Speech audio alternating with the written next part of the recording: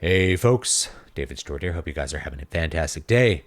Don't forget to check out my books on Amazon. You can also get them over at my Patreon, link down below, and you can listen to my music for free on the music channel, linked down below in the description box. Today, I want to tell you that the main customer in the indie fiction market is the author, not the reader, not readers. This is kind of relevant to this book I wrote, Keys to Prolific Creativity, which patrons do get. If you join the Patreon above a certain level, everyone gets a copy of this, and you can also just buy it on Amazon. The main problem I was trying to address with this book and why I sell it cheaply is people are not able to complete their projects. They're not able to work consistently on their goals, and this has a lot of strategies and mindset things to help you do that. When you get into the indie fiction world, one of the things you may realize if you are scrupulous like me and if you have maybe some latent trust issues like me is that there's a lot of scams. And what I realized is the main customer over years of doing this, the main customer is not the reader. You think the customer are these readers buying books on Amazon or wherever they're happen to be buying books.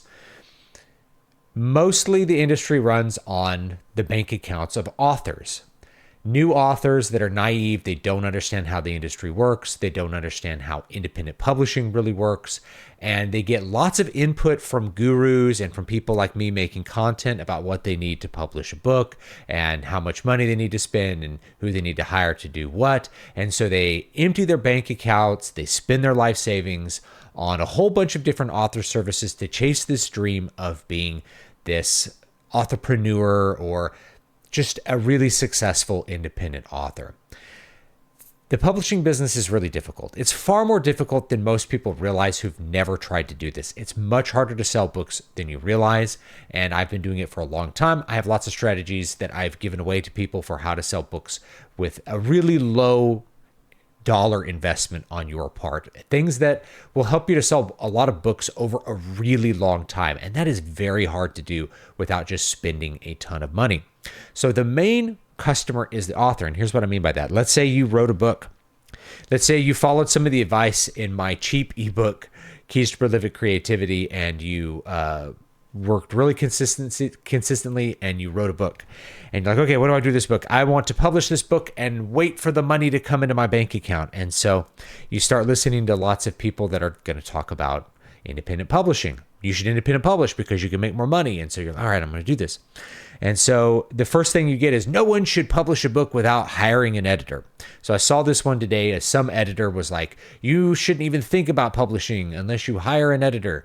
And a good editing job costs 3,500 pounds or something. I don't remember what it was, but it's like, 3,500 quid to edit the book.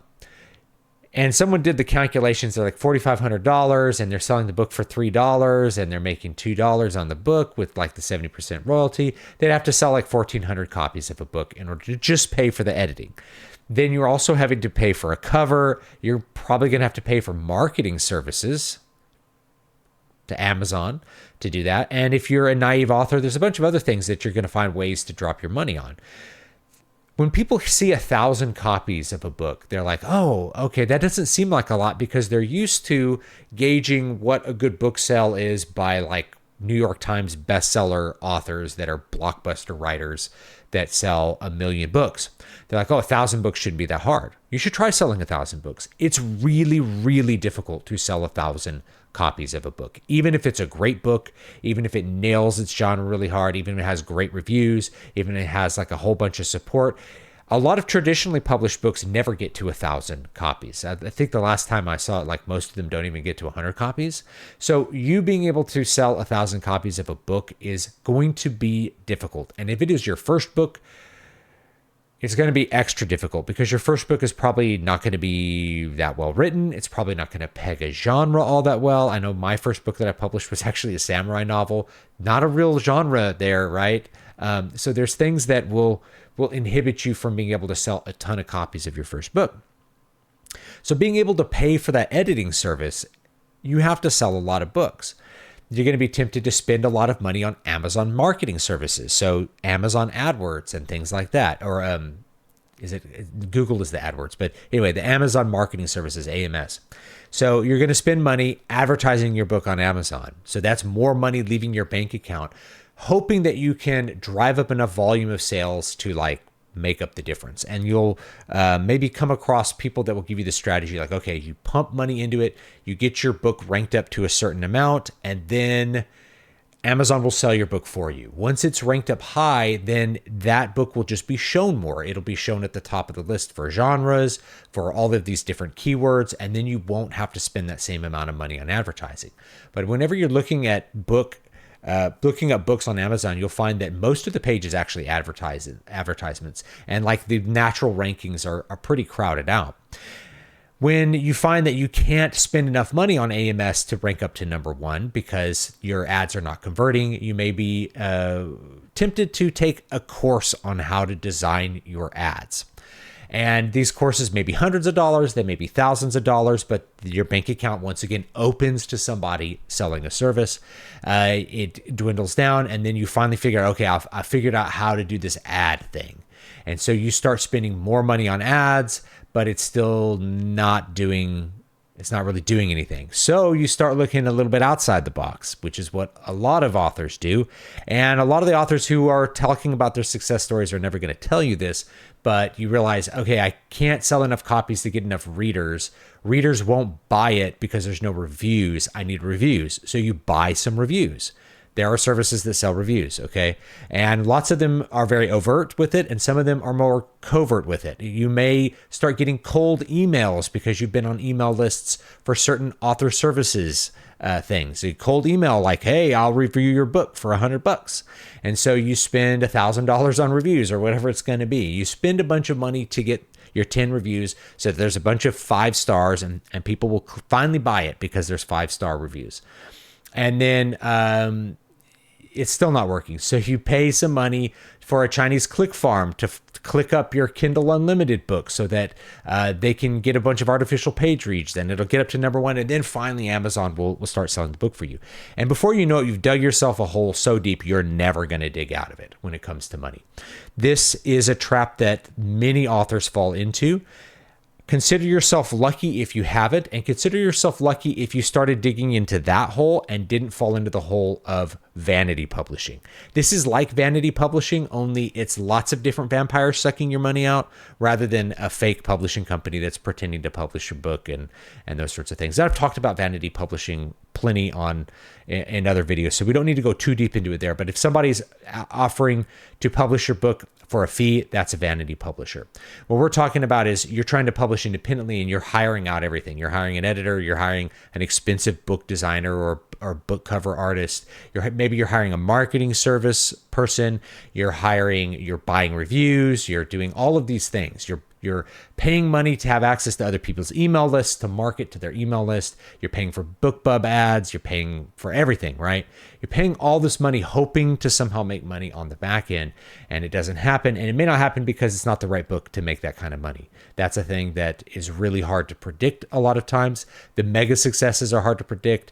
The smaller successes are easier to predict, but if you're new at this, how are you going to really predict like what the market is, what's going to be really like hot in the market? It's going to be very difficult. So my point here is that all that money leaves the author before the reader spends any money. The money is in the bank accounts of the authors, and the clever people in this industry figured that out pretty early on in the independent publishing game. That's why vanity publishers predate Amazon by decades. They figured out, oh yeah, naive authors, it's a lot easier to sell an author a $5,000 service than it is to sell $5,000 worth of books. In fact, selling $5,000 worth of books is a monumental task compared to convincing one person to just empty their bank account for you, right? Why do people scam so much? Is because it's easier than doing the huge volume work of producing a good product and actually getting it out there and marketing it.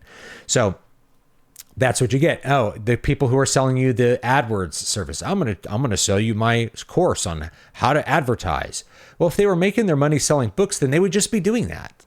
They wouldn't be selling you a course. They make their money selling courses to authors who want to know the secret to being successful or whatever it's going to be. So I'm getting all that out there, not to blackpill you, but to warn you, okay? To warn you about this kind of stuff. When you are new at this, you should be really tight with your money, because you're going to have to learn through a lot of connecting and talking to other authors where the scams are and where they aren't.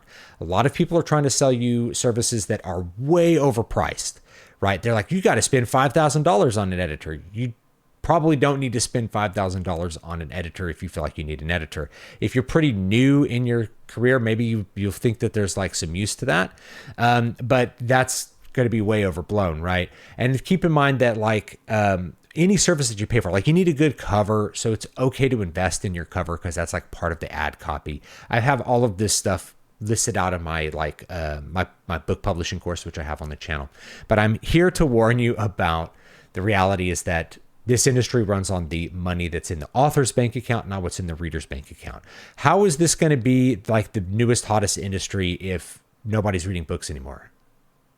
The industry actually moved on past the ebooks like years ago, and now it's all like serial fiction on Royal Road and crap like that, which I don't really do because I am operating in a different plane from that personally. But like, like the problem with the ego getting into it and saying like, I want to be an author and I want to do this, is that it may convince you to invest your money in other people when it's not appropriate to do so. So you should be very cautious and judicious with the money that you spend, and just be aware that the people that are out there trying to sell you a service, that's how they make their money, is selling that service. If they were able to make more money than that doing the thing, then they would just do that thing, right? So if they could make money selling books, then they wouldn't be charging $5,000 to edit your book. They would just be writing books and just be writing and selling them. You know what I mean? So keep that in mind. That's my cautionary tale to you.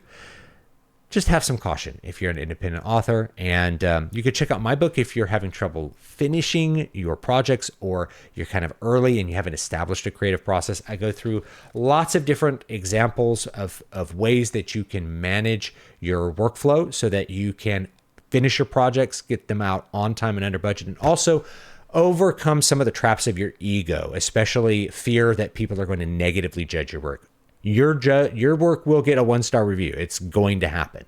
So that's an example that I talk about in this book. There's lots of things that stop us from being able to achieve our potential. And that's why I wrote this book. Rather than writing a book on like, here's how you correctly write a story. Here's how people have asked for the storybook, for the Storycraft book for a long time. But honestly, it's more important that you do the workflow thing. If you're not getting your work done and you're not learning how to channel your creativity into a productive final product, then it's all going to be for naught anyway. So take it easy, guys. I'll see you all next time. Have a great day, and stay cautious out there.